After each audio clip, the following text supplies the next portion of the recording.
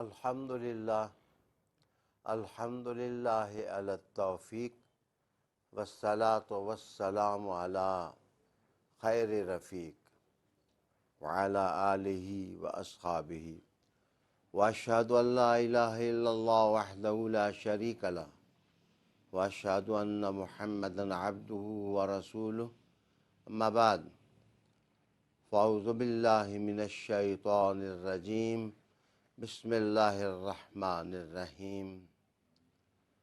ناظرین با تمکین، ربیع الاول شریف کے سہانے خوبصورت اور تقدیر بدل ماحول میں رسالت مآب صلی اللہ علیہ وآلہ وسلم کی سیرت سے حجاب کشائی کرنے سے پہلے عرض کرنا چاہوں گا کہ اللہ تعالیٰ نے انسان کے بارے میں یہ کہا، لَقَدْ خَلَقْنَا الْإِنسَانَ فِي أَحْسَنِ تَقْوِيمٍ، کہ ہم نے انسان کو ایک بہترین خوبصورت سانچے میں تخلیق کیا۔ اگر آپ مخلوقات ارضی و سماوی ان کے وجود میں غور و فکر کریں تو اللہ تعالیٰ نے انسان کو جو امتیازات دیے وہ کسی اور مخلوق کو نہیں دیے۔ سب سے پہلے تخلیق ہے اور خلقت ہے۔ انسانیت کا کمال اور انسانیت کی کشش اس کے وجود کے تخلیق میں ہے۔ مانتا ہوں میں کہ بلبل کے پاس نغمہ سنجیاں ہیں، تسلیم کرتا ہوں میں کہ مور کے پاس رقص ہے اور سرور ہے، پرندوں کے پاس چہچے ہیں اور حسن کی ایسی ادائیں جنہیں دیکھ کر انسان ڈوب جاتا ہے۔ لیکن اللہ تعالیٰ نے جو حضرت انسان کو حسن دیا اور جمال دیا وہ کسی اور مخلوق کے پاس نہیں۔ اس کے بعد انسان کا دوسرا تفرد ہے کہ قوت ارادی انسان کو دی گئی۔ انٹینشنز صرف انسان کے پاس ہیں، باقی مخلوقات کے پاس وجدان ہے صرف۔ یہ اللہ تعالیٰ نے ارادہ کرنے، نیت کرنے، سوچنے، جہان تازہ پیدا کرنے کی قوت اللہ نے انسان کو دی۔ تیسری چیز ہے جو اللہ تعالیٰ نے انسان کو دی وہ زبان ہے، وہ بولتا ہے، اور جس وقت وہ موتی رولتا ہے تو لوگ حیرت کے ساتھ اس کو سننے لگ جاتے ہیں۔ ایک زبان کے جناب دو جبڑوں کے درمیان رقص کرنے سے جو الفاظ اور کلمات کا جہان تازہ پیدا ہوتا ہے، یہ حسن صرف انسان کے پاس ہے۔ عقل ہے، اللہ تعالیٰ نے انسان کو عقل سے نوازا ہے۔ یہ وہ دولت ہے جو کسی اور کے پاس نہیں ہے۔ یہ سب انسان کی رہنمائی کے لیے ہیں اور انسان کی کشش کو بڑھانے کے لیے ہیں۔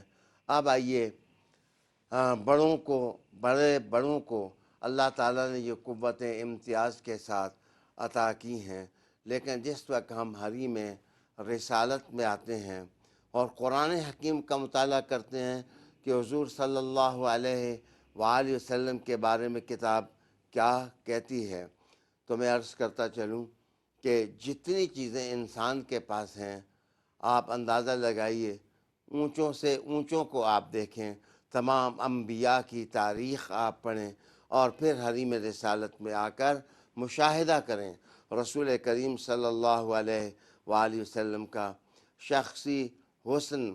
اگر آپ کی آنکھ اور ان کے دیکھنے کے انداز پر گفتگو ہو تو صدہا برس بیت جائیں، لیکن حضور کے حسن کا جلوہ جو ہے وہ ختم ہونے پہ نہ آئے۔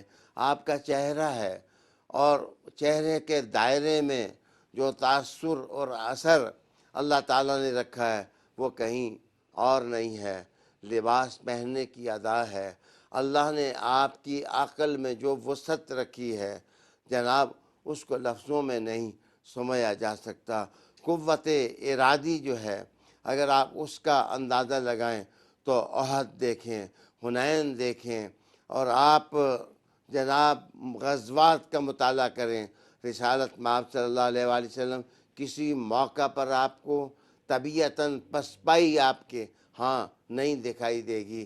جس وقت مطلع صاف ہو گیا اور تیروں کی بارش میں لوگ ادھر ادھر ہو گئے تو رسول کریم علیہ السلام اس وقت بھی اپنی خچر پر سوار یہ کہے جا رہے تھے، انا نبی لا کذب انا ابن عبد المطلب، میں عبد المطلب کا بیٹا ہوں، میں بھاگنے والا نہیں ہوں، میں نبی ہوں، میں اللہ کا رسول ہوں۔ تو اللہ تعالیٰ نے حضور صلی اللہ علیہ وآلہ وسلم کو جو کمالات دیے اور جو اوصاف دیے اور جو صفتیں دیں حمیدہ، جناب ان کی عظمت اور فضیلت کو لفظوں میں نہیں اتارا جا سکتا۔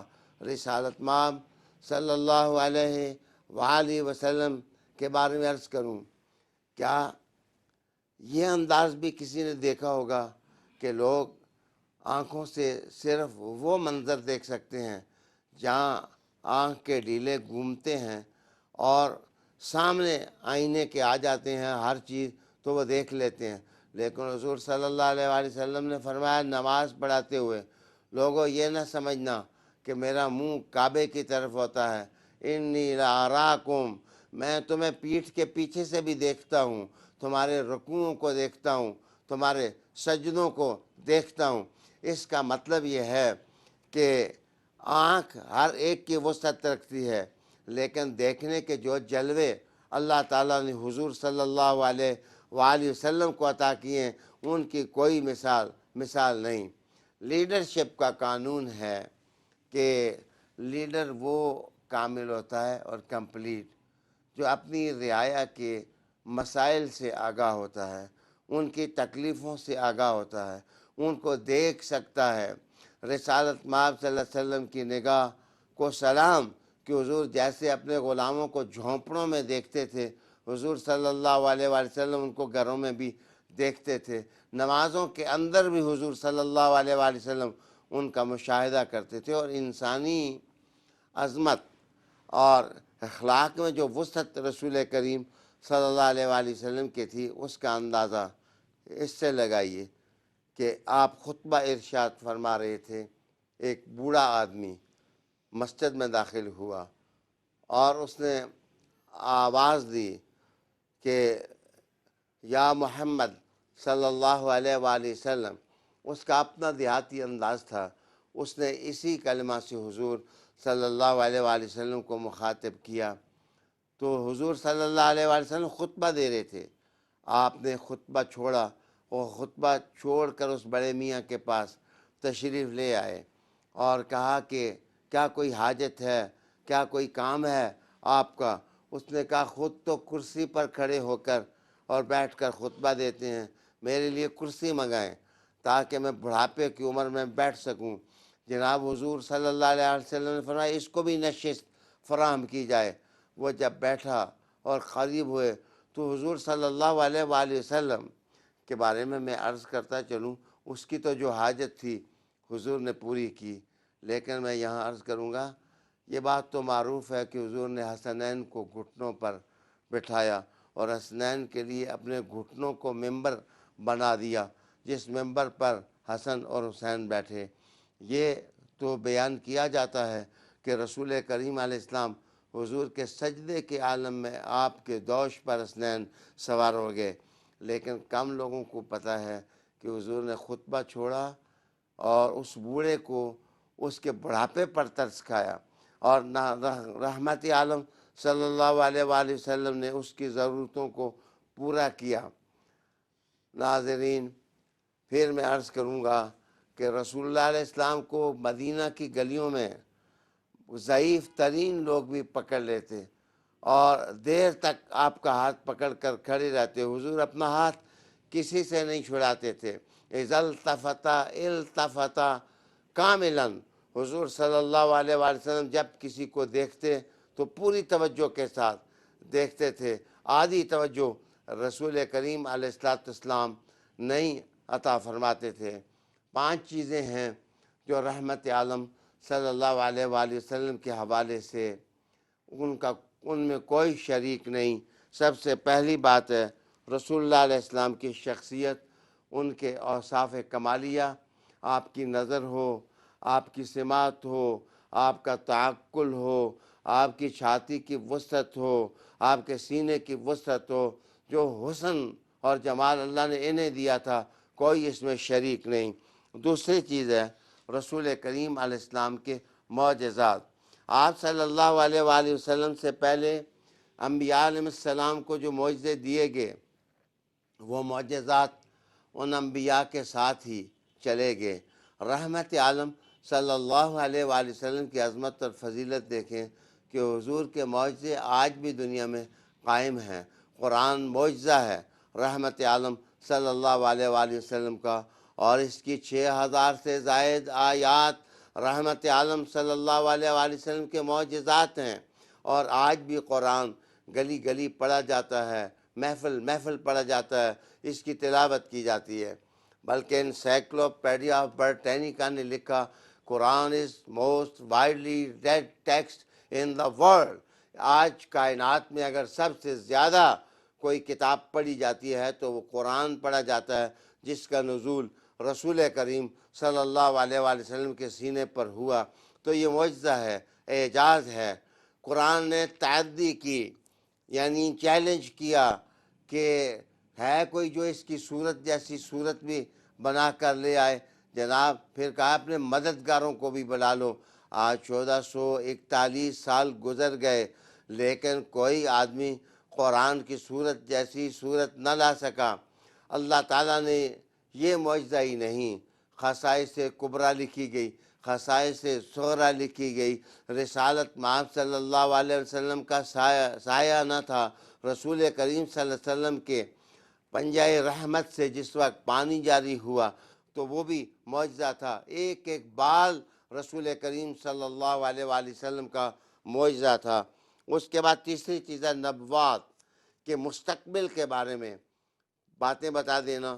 اور جناب مغربی دنیا میں اسی سے پروفٹ لفظ استعمال کرتی ہیں۔ پروفٹ کا مطلب ہوتا ہے پیشن گوئی کرنا۔ رسول کریم علیہ السلام نے وقت آنے سے پہلے کے کئی معاملے بتائے۔ کتاب الفتن پڑھیں تو قیامت سے پہلے ہزارہا باتیں ہیں جو رسول کریم علیہ السلام نے بتائیں۔ مزے کی بات یہ ہے کہ کوئی بات غلط ثابت نہ ہوئی، سچائیاں حضور صلی اللہ علیہ وآلہ وسلم کے ساتھ ساتھ سفر کر رہی ہیں، اور قیامت تک حضور کی سچائیاں اپنی عظمت اور فضیلت تسلیم کراتی رہیں گی۔ جناب یہی وجہ ہے کہ آج لوگوں نے ریسرچ کی حضور کی باتوں پر، مغربی دنیا نے ریسرچ کی، لیکن حضور کی کوئی بات غلط نظر نہ آئی۔ تو برٹن رسل جیسے لوگ حضور صلی اللہ علیہ وسلم کی تعریف میں رطب اللسان ہو گئے۔ اور مورگیسس نے لکھا کہ biographers of the holy prophet form a long series. It is difficult to end this series, but it would be honorable to find a place in this list. مصطفیٰ کی بات تو بہت لوگ کرتے ہیں، قلم لکھتے ہیں، زبانیں کہتی ہیں، لیکن سچی بات یہ ہے کہ اگر کسی کو حضور کی تعریف کا موقع مل جائے تو یہ بہت بڑی سعادت ہے جو اللہ کی طرف سے ہے۔ اس کے بعد عرض کروں گا کہ ثمرات ہیں۔ کسی دائی نے جو دعوت دی اور اعمال دیے، کیا ان اعمال اور تحریکات سے مطلوبہ نتائج کیریکٹر کے اندر پیدا ہوئے؟ جناب آدھی باتیں بھی آپ دیکھیں گے کہ جو کی جاتی ہیں ان کے ثمرات نظر نہیں آتے، لیکن حضور صلی اللہ علیہ وآلہ وسلم نے ہزارہا باتیں اپنی زبان اقدس سے کیں، لیکن آپ کا کوئی قول، آپ کا کوئی فعل اور آپ کی کوئی ادا بے مقصد نہیں، اور کوئی مقصد بے نتیجہ نہیں۔ اللہ تعالیٰ نے ریزلٹس دیے۔ آج بھی جو لوگ حضور سے وابستہ ہوتے ہیں، اللہ رب العالمین ان کو نتائج کی دولت سے آگاہ کرتا ہے۔ پانچویں چیزیں بشارات۔ رسول کریم علیہ السلام نے خوشخبریاں دیں، رسول کریم علیہ السلام نے اعزازات بانٹے۔ 10 صحابہ مشہور ہیں جن کو ان کی زندگی میں رسول کریم علیہ السلام نے جنت کی بشارت دے دی، اللہ تعالیٰ نے تمہارے لیے جنت لکھ دی ہے۔ حضور صلی اللہ علیہ وآلہ وسلم نے مادی معاملات میں بھی بشارات سے نوازا اور خوشیوں سے نوازا، یہاں تک کہ آپ سے پوچھا گیا کہ دنیا میں سب سے سخت کون ہے، تو رسول کریم صلی اللہ علیہ وآلہ وسلم نے ارشاد فرمایا کہ پہاڑ، فرمایا اس سے سخت کیا ہے، حضور فرمایا لوہا، فرمایا لوہے سے سخت کیا ہے، حضور صلی اللہ علیہ وسلم نے فرمایا کہ آگ، فرمایا آگ سے سخت کیا ہے، حضور صلی اللہ علیہ وسلم نے فرمایا کہ پانی، کہا پانی سے سخت کیا ہے، کہا ہوا، حضور سے پوچھا گیا کہ ہوا سے بھی کوئی سخت ہے، کہا آدم کا بیٹا۔ پھر رسالت مآب صلی اللہ علیہ وسلم نے آدم کے بیٹے کی بات کر کے پوری سائنس کو اپنے لفظوں میں سمیٹ لیا۔ میں بتاتا چلوں کہ رسالت مآب صلی اللہ علیہ وسلم نے پھر کیریکٹر کی بات ابن آدم کے ساتھ جوڑ لی کہ یہ دائیں ہاتھ کے ساتھ صدقہ کرتا ہے، اس کے بائیں ہاتھ کو علم نہیں ہوتا۔ یہ عظمت ہے کردار کی جو رسول اللہ علیہ السلام نے سائنس سے بھی اس کو زیادہ فروغ دے دیا۔ اللہ تعالیٰ حضور کی تعلیمات کا نور ارزاں کرے۔ وآخر دعوانا ان الحمد للہ رب العالمین۔